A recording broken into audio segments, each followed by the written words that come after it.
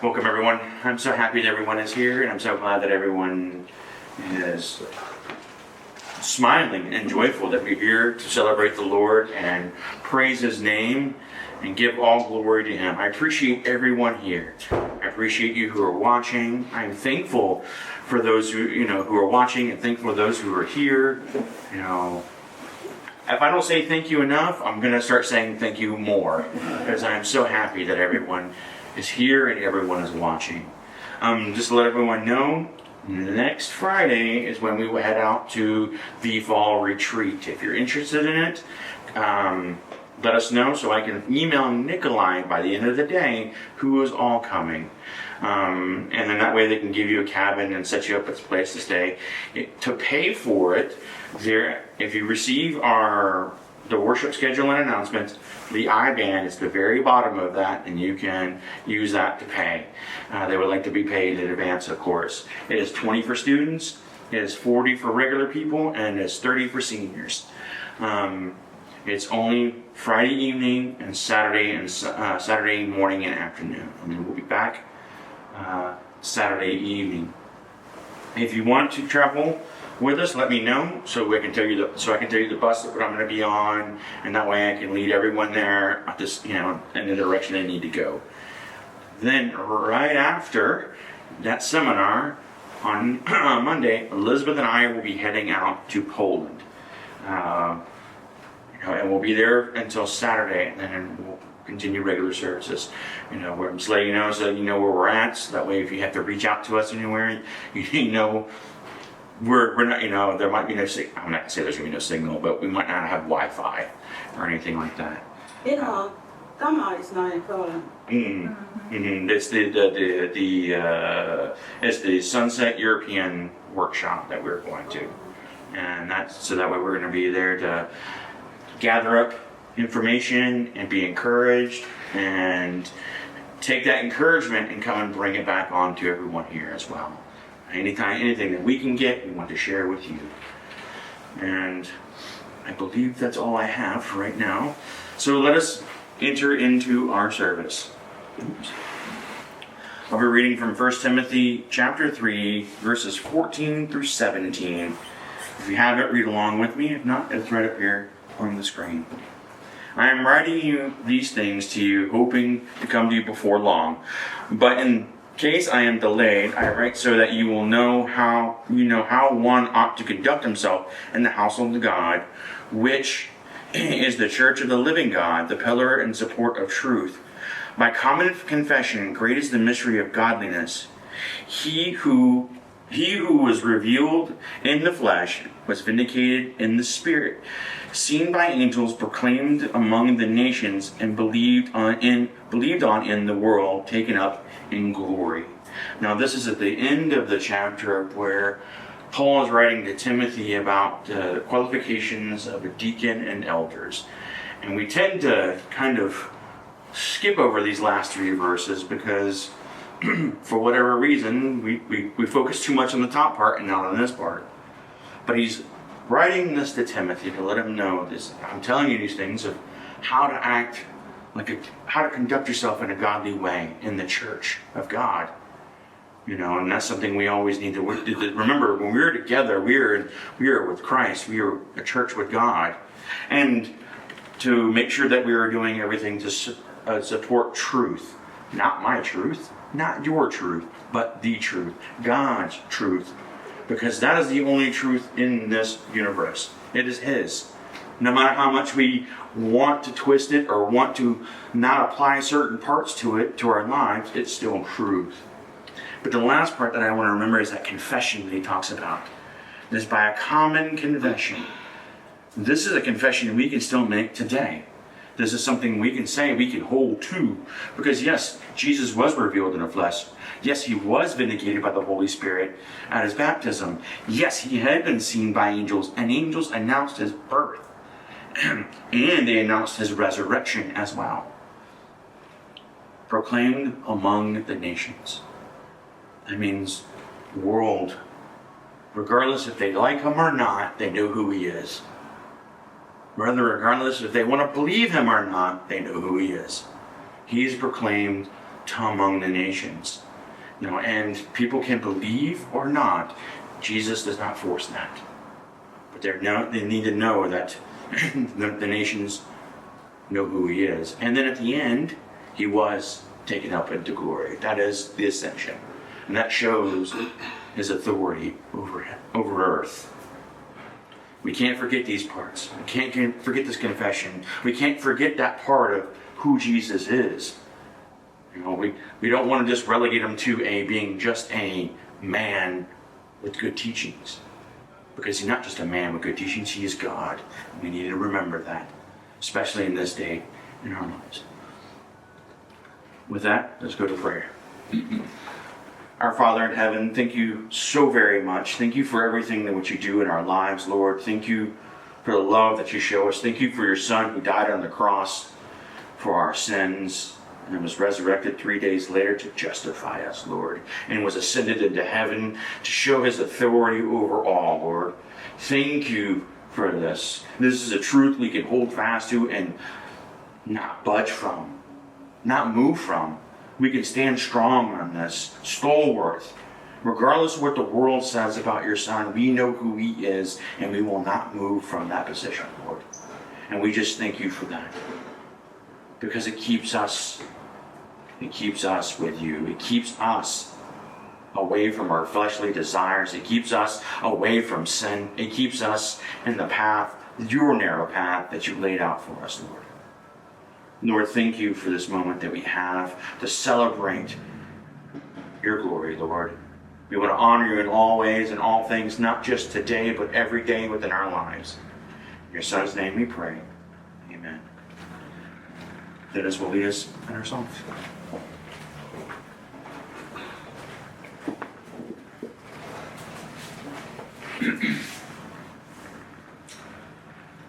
All right, good to see everyone here today. And our first song will be Let Every Heart Rejoice and Sing. Let us sing together. Let every heart rejoice and sing. Let choral anthems rise. Ye aged men and children, bring to God your sacrifice. For he is good, the Lord is good, and kind are all his ways. With songs and honor sounding loud, the Lord Jehovah praise. While the rocks and the rills, while the vales and the hills, all glorious anthems raise. Let each prolong the grateful song, and the God of our fathers praise. And the God of our fathers praise. He bids the sun to rise and set. In heaven his power is known, and earth subdued to him shall yet bow low before his throne. For he is good, the Lord is good, and kind are all his ways. With songs and honor sounding loud, the Lord Jehovah praise. While the rocks and the rills, while the vales and the hills, all glorious anthem raise. Let each prolong the grateful song, and the God of our fathers praise. And the God of our fathers praise.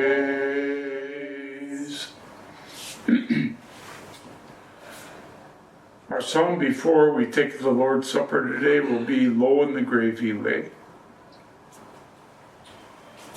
This one starts slowly and then we speed up as we go through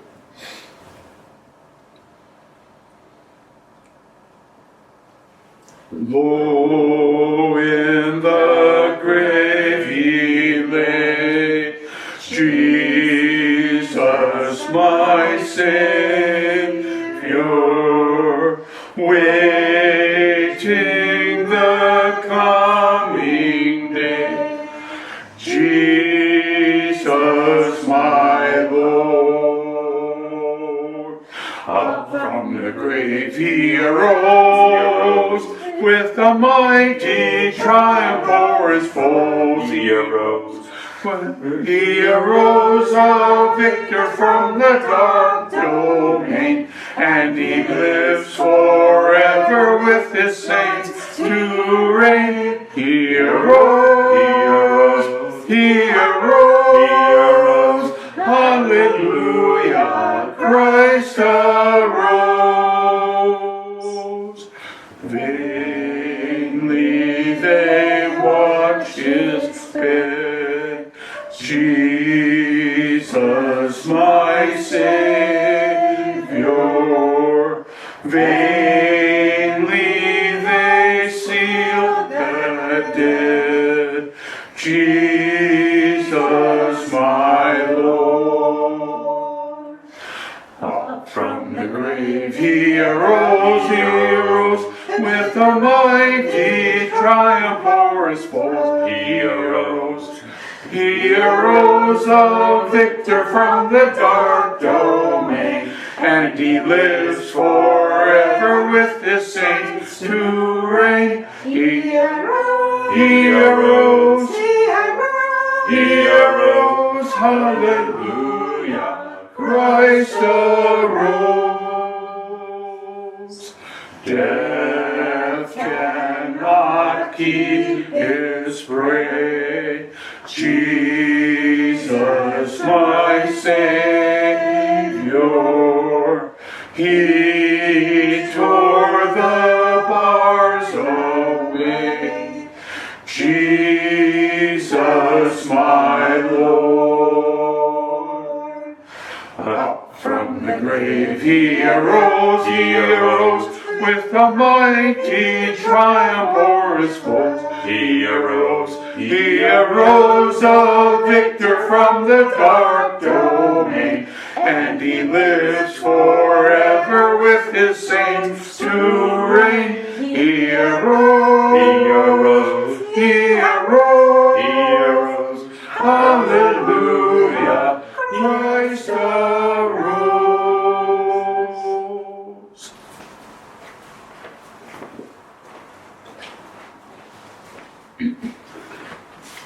What a wonderful song before we go into the Lord's Supper, because that's what something we're remembering today, that he arose. He arose from the grave. The grave could not hold him, for he is God. And that is such a wonderful thing to remember in our lives. I'll be reading from 1 Peter 5. It'll be verses 6 through 11. Peter writes, "Therefore humble yourselves under the mighty hand of God, that he may exalt you at the proper time, casting all your anxieties on him, because he cares for you. Be of sober spirit, be on alert. Your adversary, the devil, prowls around like a roaring lion, seeking someone to devour. But resist him, firm in your faith, knowing that the same experiences of suffering are being accomplished by your brethren who are in the world. After you have suffered for a little while, the God of all grace, who called you to his eternal glory in Christ, will himself perfect, confirm, and strengthen, and establish you. To him be dominion forever and ever. Amen." What a wonderful thing to read. What a wonderful thing that Peter is trying to let us know. I love that. Forever and ever. Amen. It's not it's not going to end. It's forever and ever. It's a wonderful thing. And then at the end of it, he says amen, to let them know that he's not just saying this kind of just to be encouraging. He's saying it with conviction and truth, saying, I I am putting that stamp on there. That's what that amen means. Hallelujah, amen. You know, one of the things I want to bring our minds to when we take these emblems in is whatever we're going through, whether it's good things or bad things, whether it's tough times or even good times, we must humble ourselves under his mighty hand. For he is Lord, and then he will be glorified. But it's also to keep you safe. Remember that. He wants to keep you safe. He wants to keep you safe from the evil one. He wants to keep you safe from that, but we need to be in his hand to do that. You know, sometimes like children, we tell God, I got this. I can walk out there and do this on my own. I don't need your help anymore, Lord. And we go out there, and before we know it, we'll turn around and running back to him like, no, I don't got this. The world's mean, the world's tough. I want to be under your hand again. But we need to be, as Peter said, sober-minded. And that just means to have a clear mind, clear like the sky. Have a clear mind in what you're doing in life. So when we take these emblems in, the bread and the juice, that we are remembering that it is him who saved us. It is him who rescued us. It is him who will protect us. It is him who will help our minds stay sober, stay clear from this world's things, from the world, what the world is doing.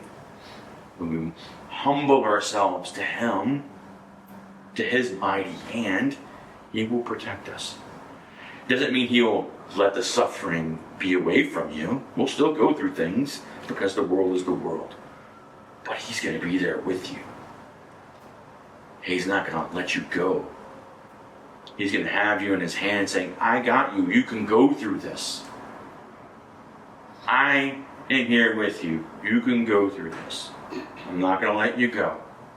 He is the hand we are to hold when we are going through hard times and good times. Never does he say, let go of my hand when you think you got it all right, figured out. He says, even when you got it figured out, hold on to me. So in this moment, when we take these emblems in, remember to hold on to the Lord.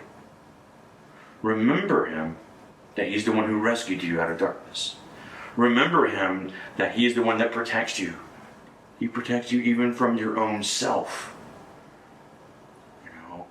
Remember, he is his way is what's his wisdom is the wisdom that created the earth and created you. It is his wisdom that's going to keep you sober-minded and clearly on his path.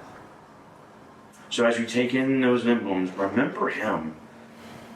And these are all just a few things that he does for us. So we can stay with him constantly. Because he is the one who rescued us. Let us pray. Our Father in heaven, thank you for this moment, Lord. Thank you for everything you do for us. Lord, we know this moment is to remember your Son, and we want to do that. We want to do that with all full assurance in our minds and our hearts. To give it everything to you. When we're anxious, we know we can come to you and give these things to you. We know the world will always constantly and being consistently in motion, Lord. And we know people will be people. And we know the earth will have evil people within it. You are the one who protects us. But you don't just protect us bodily. You protect us our hearts, our minds, and our souls. Because those are the things you want from us, Lord. And we want to love you with those things fully and constantly. So, Lord, we want to remember you. We want to remember your Son and all the wonderful things you do for us. That you are there with us when we're going through the high waters and through the fires, Lord. That you have never forsaken us. It is only us, when we let go of your hand, that when we will feel away from you. We know when we are with you during those times, you will never let us go. So, Lord, thank you for everything and what you do for us. In your Son's name we pray.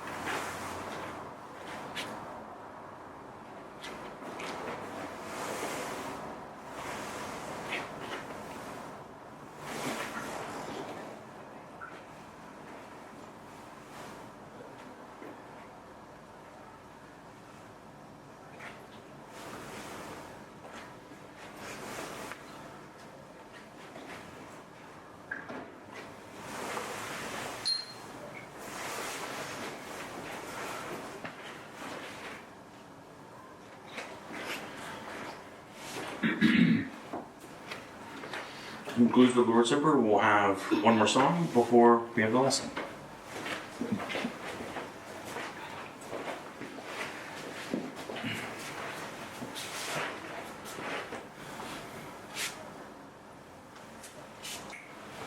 Our song before the lesson will be, "Oh, How I Love Jesus."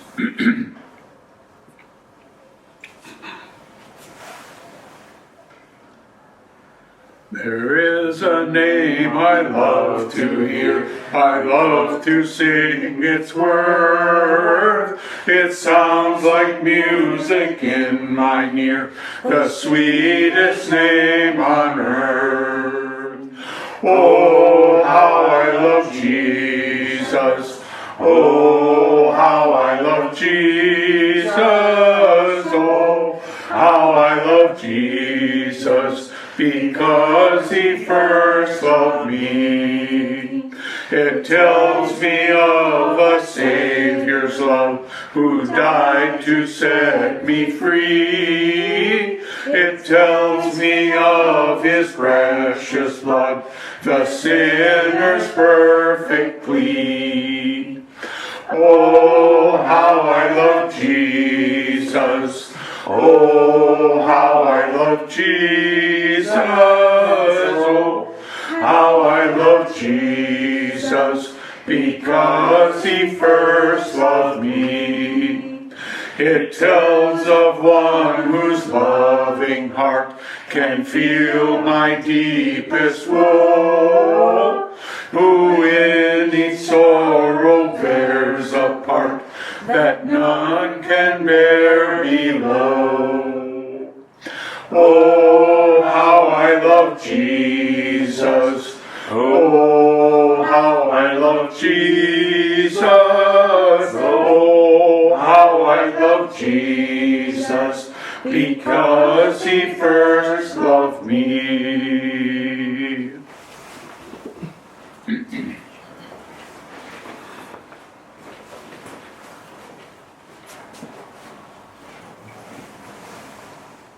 We're continuing with our study in Galatians.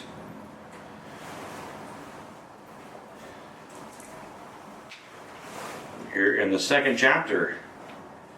And then we see here Paul, we're going to be seeing here, Paul is continuing in this a little bit with this argument against those who are trying to discredit him for his apostleship, and at the same time, while they're trying to do that, they're trying to attack the words of Christ. These are what we would call Judaizers. These are the people here that we're talking about. These are people who are trying to bring the law of Moses and the new covenant together to create something different, which is not even the gospel, as Paul pointed out in the first chapter. You know, they're trying to create something new, which wasn't even really new. It was just a twisting of God's word. You know, because some people just want to make our lives more difficult. You know, they're going to want to make our lives more difficult because they're unhappy with their lives. And the Judaizers, they are trying to make the Gentiles in the churches of Galatia, they're trying to make their lives difficult by putting them back under the law of Moses. And that is not what we need. It's not what Jesus came to do. He came to fulfill the law, you know, put it to an end. The law died on the cross with him. You know, they were just so either unhappy or malicious or whatever. They wanted to do this. They wanted to go up in the church and spread this, what they call a different gospel. And what they wanted to really do is they didn't like the Gentiles being free from sin, I think. So they were trying to put them back in chains, in bondage, so that way they would then be under the same contract that they were under. They wanted the Gentiles to be like them, which was under the old law, the law of Moses. But Christ had fulfilled the law and done away with it. But they were unhappy, so they went into churches not as people interested in learning, but people who intended and wanted to harm and hurt other people. So in this section of Paul's letter, Paul is bringing in what I would think would be a fourth and final argument against these men, to push these false teachers out of the church even more. Because he's had dealing, we'll find out, he's had dealing with these men as well. And I also want to remind everyone is when this letter is being read, and at the time, it's being read in front of everyone, including the men who tried to bring in this false teaching. So they got to hear this just as much as the people in church got to hear this. And that way the people in church can basically look at them and go, Paul's making an argument against you. What are you going to do now? So we'll go into this now at the very beginning of chapter 2. It'll be I'll go through verses 1 through 3. It says, after an interval of 14 years, I went up again to Jerusalem with Barnabas, taking Titus along also. It was because of a revelation that I went up, and I submitted them the gospel which I preached among the Gentiles. But I did so in private to those who were of reputation, for fear that I might be running in vain, or I had run in vain.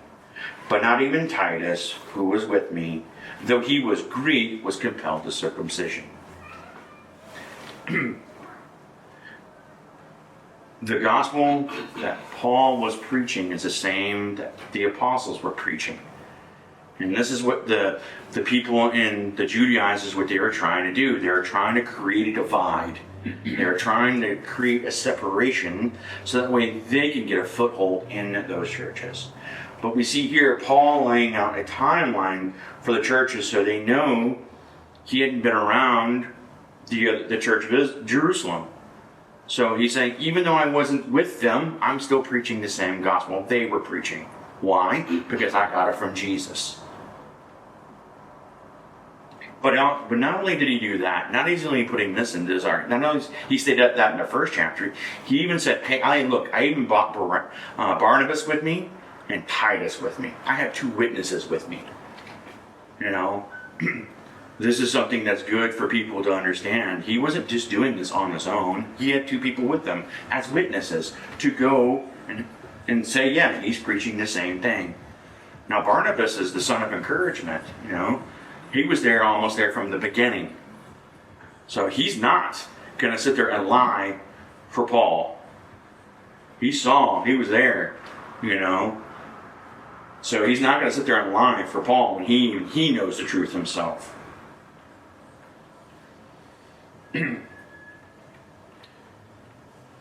Having witnesses is a good thing, you know, and it's needed in the church. Especially when people are trying to either accuse you or you're trying to bring church discipline to someone else. Don't do it on your own. Don't be on your own. You have to be with somebody. You know, now that I chased that little rabbit trail, that is Barnabas and Titus. This means he's brought these 2 witnesses. This means also anybody who read this letter knows these men as well. That means they could, when Barnabas or Titus ever visited them, they could question them. Hey, did Paul really say that? Yeah, Paul did that, you know. You know, there was, or they can go to these 2 men and talk to them themselves. You know, this is one of those things where, you know, Paul is bringing these things in. Hey, these men are trying to discredit me, but look, not only did I get this revelation not from men, I got it from Jesus, but I also have witnesses who say that I've been preaching what Jesus has been preaching. You know, there's nothing different. You know, and so these men that are trying to discredit Paul are starting to lose their argument. They're starting to lose what they can, their foothold in the things that they've been telling this church.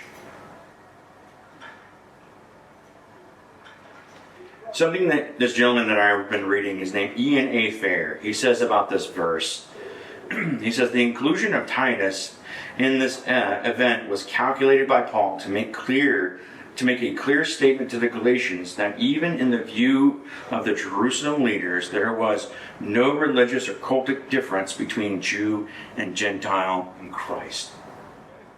There is no difference. We are all under the same gospel. These men are trying to create a different or new gospel, a lie of the gospel to separate people. But Jesus didn't proclaim that. He wanted everyone under him and his gospel. that preaches salvation from sin, freedom from death. And Paul is continually being strategic about dismantling these false teachers' attack on his apostleship and the Word of God. Because that's what these men did. They wanted to come in and attack. They wanted everyone to be unhappy. They didn't want people to be free. They didn't see Jesus for who he is, and they didn't like that. More than likely, the Judaizers came from the camp of the Pharisees, and the Pharisees didn't like that Jesus was going to take away their authority. They had so much power during that time. We saw in last sermon that Paul had a lot of power with him when he was a Pharisee. And now, when you're under Jesus, all that's gone. And they wanted to steal that. They want other people to have that grace. In this section, Paul is also stressing his trip to Jerusalem wasn't because they called him. The men in Jerusalem didn't call him up. He went because of a revelation from God. So even in that, he's saying, look, they didn't call me. I went because I was told to go. I went because God asked me to go. And actually, didn't ask me. He let me know I needed to go. Because God wanted to let those people know that, look, even Paul and those who are of good repute, those other apostles are in agreement. If they're in agreement, guess what? They're under one gospel. They're not two different gospels. They're the same one. Then he met private with the leaders of the church in Jerusalem, people who were of good repute, most likely Cephas, James, and John. And this shows good church discipline and good leadership, because they wanted to see where he was at. It didn't need to be a public matter. It needed to be a private matter, and they kept it private, which is good. They wanted to see for certain. They wanted to see where this man was at. If they're leaders of the church in Jerusalem, that's all that needed to be done. Not everybody needed to know about it. And the men, those men of good reputation, they weren't doing this to be unnecessarily obstructive. They weren't just saying, we're going to question you just because we want to be questioners, interrogators. They're wanting to know, where is he at? Where's Paul at? We need to know where this man is at to see what he's doing and what gospel he's preaching. And here's the thing, though. Paul didn't have to submit himself to these men, but he did. He was preaching the same gospel they were preaching. He didn't have to, but he did. He did it. And that shows a sign of humility that Paul has to say, these men, they wanted to see me. I know I'm preaching the same gospel they are, but I'm going to submit myself to them to comfort everyone else around us. So that there's no division within God's church. That everyone is on the same page. That everyone knows that I am preaching, Paul's saying, I am preaching the same gospel these men are preaching.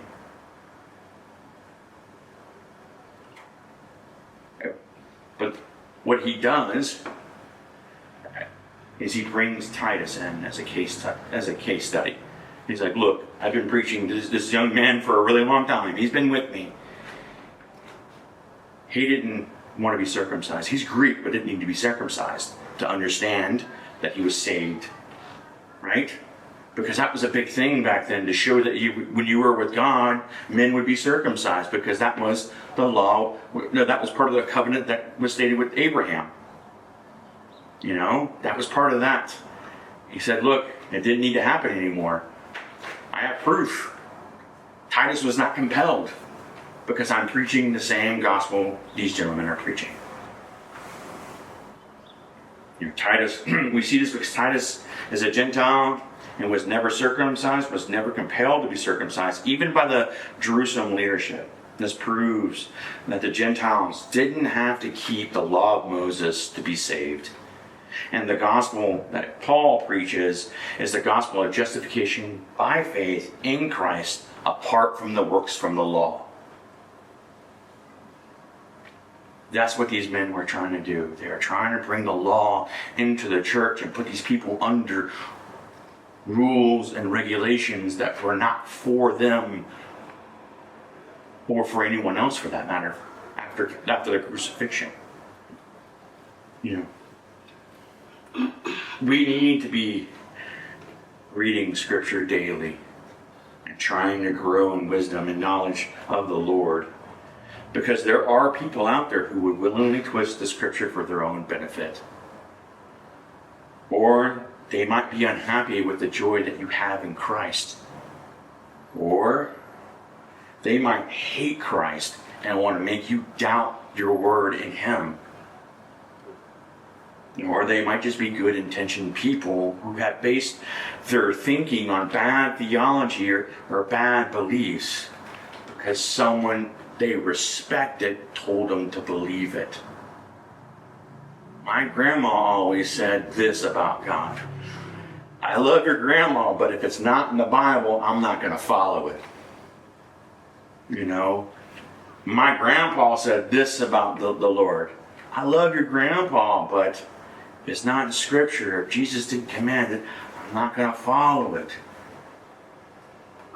We have to put ourselves next to the words of Jesus to follow Jesus.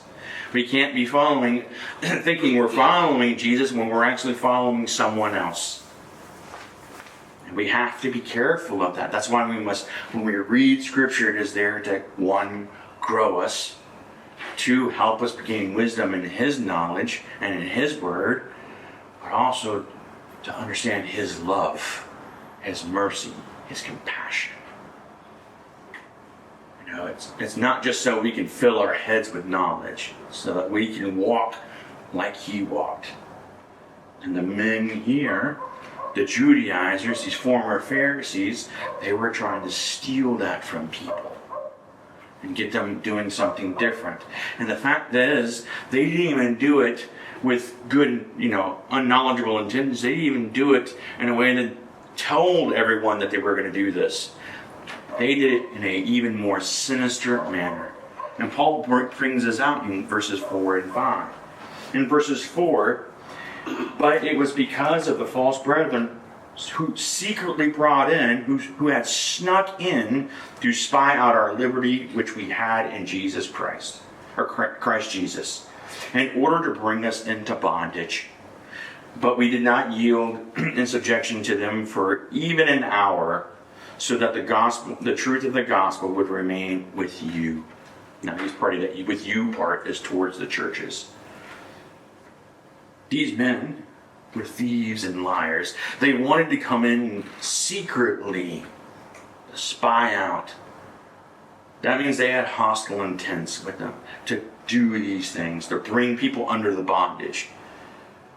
Paul doesn't say how these false brethren entered into their churches, but we can kind of take a guess. They were probably wolves in sheep's clothing. They might have acted like they were followers of Christ, but in the end, they were really just followers of themselves, because they were spies. They snuck in. They wanted to find out what was going on. There was years later after this, there is accounts of Pliny the Elder, sending in spies into Christian churches to figure out what they were doing, to gather information on those churches. And they were never doing it with good intentions. It was always with malicious intentions, to bring those people out and persecute them. The same mindset here with these Judaizers. They were there to be hostile. The reason they snuck in was to get the people into keeping the law as a sign of a relationship with God. Paul angrily calls this bondage and change. This was not freedom. We have been freed from that And now these men are trying to put the people under the law, law of Moses again. He's saying, no, this is bondage. This is chains. This is not liberty anymore. Even though the law is good, it is done away with. The old covenant is gone. There's no reason for us to follow it anymore. In Galatians 5, that whole chapter, we will see Paul argue that we have freedom from the law through Christ. We have freedom from the law through Christ. And even the law points to Christ. And yet they were trying to put people back under that. We don't need the law anymore.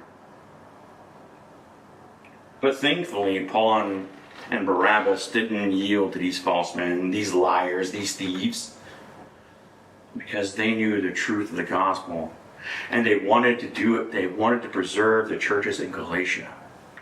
This whole region. These are multiple churches these men have infiltrated into. This is also why they were able to stand against, Paul and Barnabas and Paul both taught the same thing about justification through faith in Christ. And this is why they were able to stand against these false men, because they knew the gospel. These men did not. And they were united against these false teachers in all things. They didn't say, oh, that's a good point. I'm glad you brought that up. No, they stood on the truth and said, everything you're saying is wrong. No. Both these two men were united against these false brethren and would not let them stand. When we are with Christ, we have been justified. To have justification means to be made righteous through the blood of Jesus. This gives us freedom from sin, freedom from the law, but it's not freedom to continue to live in sin, which Paul writes about in Romans 6, verses 1 through 11. This is the liberty that we have when we have freedom from the law. It is no longer required. It has been fulfilled through the blood of Jesus. Jesus even says this in Matthew 5:17. I have come to fulfill the law. Not many people understand what it means to be under contract. I'll give you an example. I was in the Army for 8 years. I was under contract with them. I was under their law for 8 years. I had a lot of things that I gained and grew from that moment. But once I was released, my contract was fulfilled. They have no more authority over me ever again. Now, did I take some lessons from that time? Yes. But I'm not under contract with them anymore. That's what it means that the law has been fulfilled. People are no longer under contract with that law. There are good things that we have taken with us, but we're not under that authority any longer. To go back to the law would put people under bondage, into chains that they had been freed from. They're freed from that. They don't longer need to be under that. They're away from that. There is a religious term that has come from this kind of rule, those rule-keeping thinking. This I have to keep these rules. I have to keep this law. I have to keep this set of codes. It's called legalism, which is a code of deeds and observances as a means of justification. We are not justified by codes of deeds and observances. We are justified through the blood of Christ, through His grace. That is how we've been justified.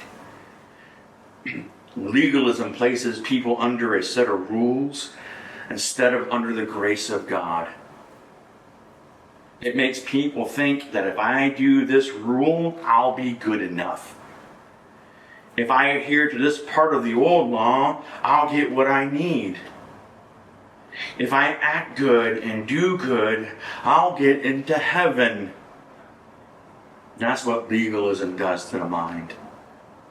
This kind of thinking puts people into bondage. It slaps a chain of sin around their neck.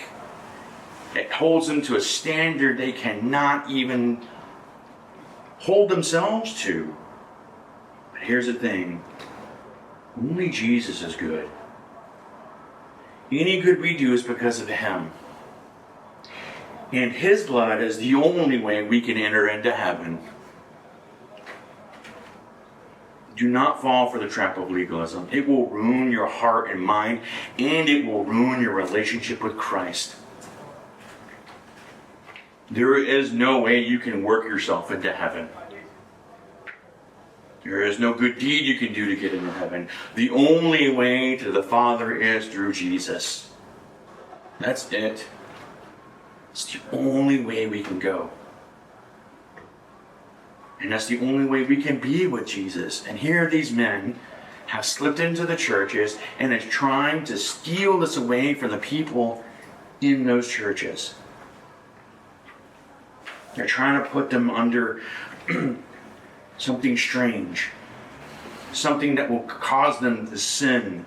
Something that will break them. It steals them from the grace of God. This is why Paul is so angry in this letter. He is very angry, but he's not angry in a mean, hateful way. He's angry in a sorrowful way. He's angry at children who have touched the hot stove kind of way. Who's ever been, I'll give an example. When I was a little kid, I touched a hot stove and my parents were mad at me because they told me no, but I wanted to do it anyways. I'm pretty sure there's an example like that in everybody's life. That's the kind of anger Paul is. I told you don't do that. Matter of fact, he's not even angry. He's just disappointed. Because he taught them very well. He explained everything very well. But he's also mad at the false brethren. He's very angry at them. Enough to where the first half of this letter is nothing but an argument against those men. And we can see that this is not just an unvalid anger, an unrighteous anger. It is an anger that says these men are liars and thieves, and they're trying to steal your joy from Jesus. To go on, we see that Paul, in these next verses, that Paul is on the correct path. And the apostles agree with him. So from verses 6 through 10, but from those who are of high reputation, what they are makes no difference to me. God shows no partiality. Those who are reputation contributed nothing to me, but on contrary, seeing that I had been entrusted with the gospel to the uncircumcised, just as Peter had been to the circumcised, for he effectively worked for Peter in his apostleship to the circumcised. Effectively, he worked for me to the Gentiles. And recognizing the grace that had been given to me, James, Cephas, and Peter, who are reputed to be pillars, gave me and Barnabas the right hand of fellowship, so that we may go to the Gentiles and they go to the circumcised. They only asked us to remember the poor, the very thing I was eager to do. The other apostles couldn't add anything to Paul because he was already in the right path. But he wanted to be in agreement with them. Paul understands these men are of high standing in the Christian community, but he wasn't seeking their approval. In our modern context, he showed up to give them respect without needing their thumbs up. He's like, these men are important. I understand that. I'm going to go to them and talk to them. They're not going to add anything to me because I already know what I'm doing. But I know I don't want to create division within the church, so I'm going to go to them, and we're going to talk about things. Because we see they agree because the three pillars gave them what they call the right hand of fellowship, a handshake, saying, yeah, we're in agreement with Paul. And so that this is saying that they're unified together. When Paul talks about the gospel to the circumcised and uncircumcised, he is not talking about two different gospels. He and Peter preach the same gospel to two different people groups. This lets us know that we need to, when we speak to people, we need to speak to people in a way they'll understand. But we always need to preach the same gospel to them. Their methodology was different, but the end result was the same. We need to speak to people how they'll understand when it comes to preaching the gospel to them. So, the apostles concluded that Paul's commission was equal to Peter's. In fact, God gave success to both as they preached. This means Paul and the other apostles, neither of them taught the necessity of keeping the law. They were under the same agreement. They were the same gospel preaching. So the apostles endorsed Paul's mission and accepted him as an equal to them. The three pillars of the Christian community recognized Paul's was teaching the same divine message they preached, but he was reaching to a different community. We all have an area that we want to reach. We have all different people we want to talk to. As long as we're all preaching the same gospel, we're all in agreement. And that's the one thing we need to do. Because these Judaizers are now left without an argument, any form of argument, because the leaders in Jerusalem has approved of Paul's mission. They have nothing left. When we're in agreement together about the same gospel message, people who want to try to shake up his church have nothing to stand on. They'll have nothing left. Their unhappiness then gets to go away. Their own thinking gets pushed out. They get to just be themselves, unhappy over there, while we're under the joy of Christ, following Christ, unified, united in God's mission of the gospel. Because Paul wanted to preach to the Gentiles and to the poor, and they told them, hey, don't forget about the poor. And he was like, I'm already on it. I got it. That's something I wanted to do. I just want to preach to the Gentiles, just as Peter is going to preach to the Jews and to the poor as well. Look at that. Two different people groups, but the same kind of situations they're going through. It's the same gospel.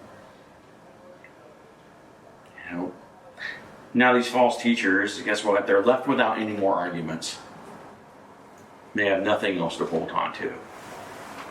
Paul has defended his apostleship. Paul is also, in defending his apostleship, has defended the gospel at the same time. He's even saying, look, even the church in Jerusalem is with me. That's why I'm up here being able to teach you guys. So the rest of the letter, Paul will shift to more pressing matters of theology and practical application. He's gonna start really. He's like, by this point, he's like, I'm done defending. It's time to get to the problems. It's time to get to where the church's hearts are at, and how they need to start structuring their hearts to the Lord, and stop following these foolish men. So, when we are working within the communities that we love, whomever those may be, we need to have our hearts, our minds guarded, and make sure we're rooted within Scripture always. Because we need to be careful who we listen to when it comes to the gospel. There are plenty of false teachers out there. And some of them might not even know they're false teachers. They're just doing it because grandma and grandpa taught them something different. And they respect grandma and grandpa more than they respect God's word. It doesn't make them hateful, but it makes them not right. So when we are looking at the gospel, we need to do it with God's intention and heart. He is to shape us. We aren't to shape him. This might conflict with some of the things that we have in our heart, but those are for him to change, not for us to try to change him. So, put people to the test. Yes, that means I'm open to questions. Always. But just as we are wanting to test other people, we must be sure that we are testing ourselves also to see if we are in the faith. And Paul writes that in 2 Corinthians about that. Examine yourself. Doesn't mean try to go out and sin. It means make sure I'm reading the scripture and walking in the way of Jesus. Because we need to make sure that we are always on that path, because Satan might try to put a gold cage in front of you and you might walk into it without even realizing it. We need to be careful of that as well. But also because some people are just unhappy that we are freed from the law of Moses and of sin. And some people will do everything they can to rob you of that joy and of that peace. We need to remember that we have been justified by the blood of Jesus because we trust in Him. Don't let anyone take that from you or try to fool you with that. Especially when it's your own mind trying to do that to you. Especially put your mind and your heart into His hands and not your own thinking. Because we will try to justify anything we can. He has justified us through His blood.